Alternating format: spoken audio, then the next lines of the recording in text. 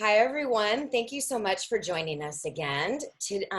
My name is Laura Klein, and I am with Rodan and Fields. And today I have a very special guest. Her name is Linda Shively. Thanks for being here, Linda. Thanks for having me, Laura. So I want to introduce Linda. Linda and I actually met in a networking group, and through my journey with Rodan and Fields, I have done a lot of personal development. And I feel like I mindset is a big part of this journey, and it's kind of personal development with a paycheck. And when I met Linda, she is a mindset coach, and I just have gotten so much value out of working with her. So let me give you a little bit of a background on who Linda is. So Linda Shively is a neuroscience and mindset expert, an award-winning speaker, and has presented across the country at places like the New York City Bar Association, the Harvard Club of Boston, Walmart, and Carnegie Hall. Linda has been a multiple time guest and a host on cable television, featured in a movie with Winona Ryder and Jeff Daniels, and even performed at the Rose Bowl for over 90,000 people. She's an award-winning physicians, entrepreneurs, and realtors have sought her out to decrease the stress and overwhelm in their lives by eliminating their self-sabotaging patterns. I'm excited to introduce San Francisco Bay Area native, master practitioner of neuro-linguistic programming, executive coach, and certified laughter yoga leader, Linda Shively. So many things. I love your bio. I just am always so impressed by everything that you've done. So thank you so much for being here today. Well, thank you so much for having me, Laura. It's great to be here. So I think right now, with everything that's going on, the world is just being very challenged. And having a good mindset can be the beginning stages of change for a person individually and then also the world. So I'm just curious, why do you do the work that you do? Back in 2005, in the middle of December, I had to make a tough decision. I was dealing with an abusive marriage, and I had a 3-year-old physically handicapped daughter. And she and I had to get out. It wasn't a good place for us to be. And let me just tell you a little bit about Jessica. She is a bright light and has incredible joy. She loves to zoom around in her power chair and engage with people and express with her eyebrows and just connect in a way with that little twinkle in her eye, like, I'm going to be mischievous and you don't know quite what I'm going to do. And that I didn't want that to be squelched. And it wasn't really great for me to be around. So on a Tuesday, I put her down for a nap after preschool. And I looked at her nurse and I said, you pack up her medical equipment. I'm going to pack her clothes and her toys. And as soon as she wakes up, we're going to escape. And escape we did. Exactly 2 weeks later, 2 days after Christmas, I held Jessica in my arms as she took her last breath and died.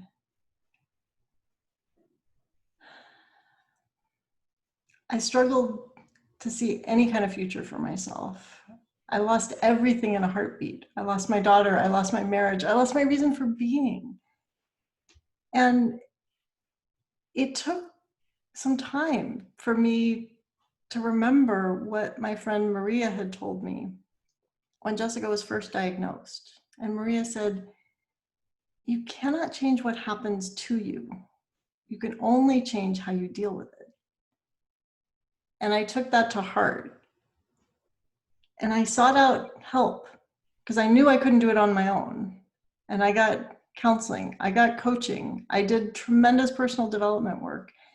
And now I'm in a place where I can help others on their journey, even if it's a different journey, to get them to the place where they can share their voice. They can share who they really are in this world, because it's all here. And sometimes things get in the way, and how to get those unhelpful patterns out of the way so that we can be the best people and serve more people in this world.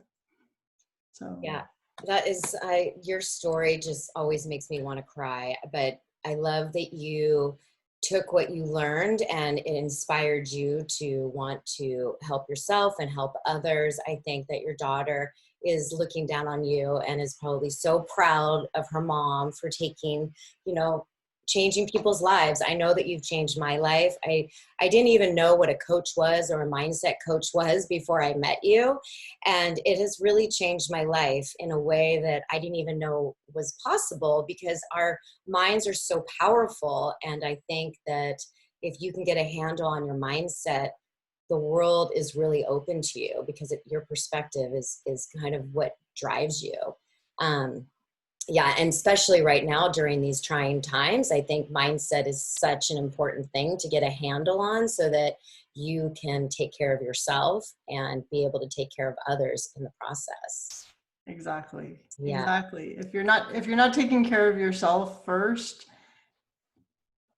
you're not going to be any. It's like, it's an old saying, but when you're on an airplane, you don't put your kid's oxygen mask on first, you put your own on. You got to take care of yourself first. exactly. Well, that leads me to my next question. So, what are ways we can get out of our own way? Wow. Well, that's kind of a big question. I think one of the first ways is to recognize that we're doing it. And sometimes we don't even realize how much we're getting in our own way and how much we're spinning in circles, doing the same patterns over and over again, and noticing that I have some, what I've named them for myself.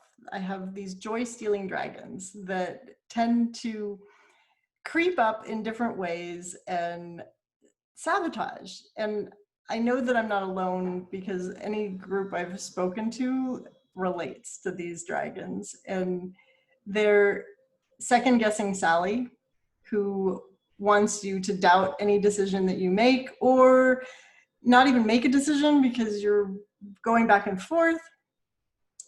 No good Nancy, who wants you to believe that you weren't even born good enough and will keep giving you that doubt.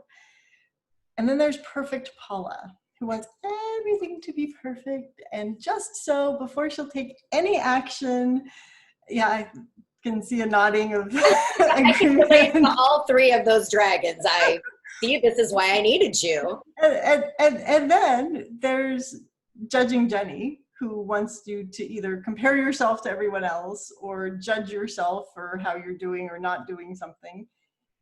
And then overwhelmed Ophelia, who gives you this tremendously long to-do list and thinking that, oh, I'm so busy, it's a badge of honor, which really isn't. And all of these dragons, if you let them stay in your life, will continue to sabotage and affect how you do everything in your life.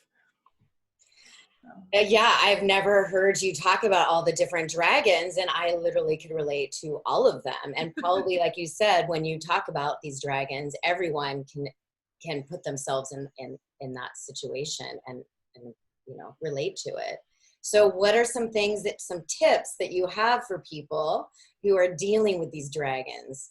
Well, the one thing that will help tame all of these dragons is to actually take action.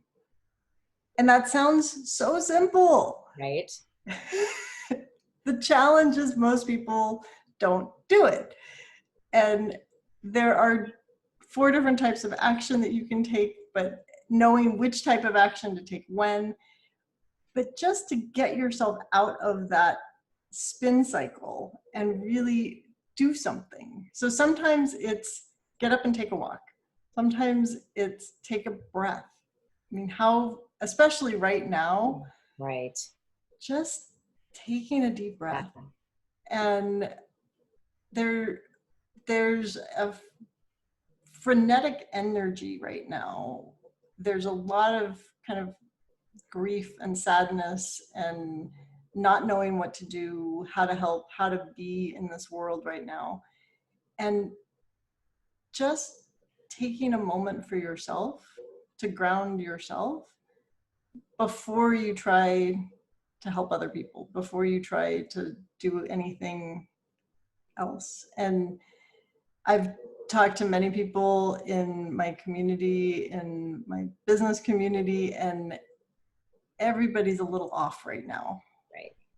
And the best thing each of us has found is to do more self-care. And having that self-care can really be a way to help. Yeah, I think self-care is so important, especially during this time, because we're all, a lot of us are sheltered in place still, and we have been for a long time. And then everything with the riots and everything else that's going on, I think just there's a lot of uncertain times, and taking a deep breath and doing the self-care is just so important. And I think people sometimes they think they're being selfish, or they put other people first. But I think if you take care of yourself, like you use the analogy about if you're on an airplane, you put your mask on first and then you're able to help others. So I think that's such a good point. Well, I just want to say thank you so much for being here today. And I think what you're doing is just amazing. And I hope that you have continued success throughout your career. So thank you so much. I really appreciate it. Thanks, Laura. Bye.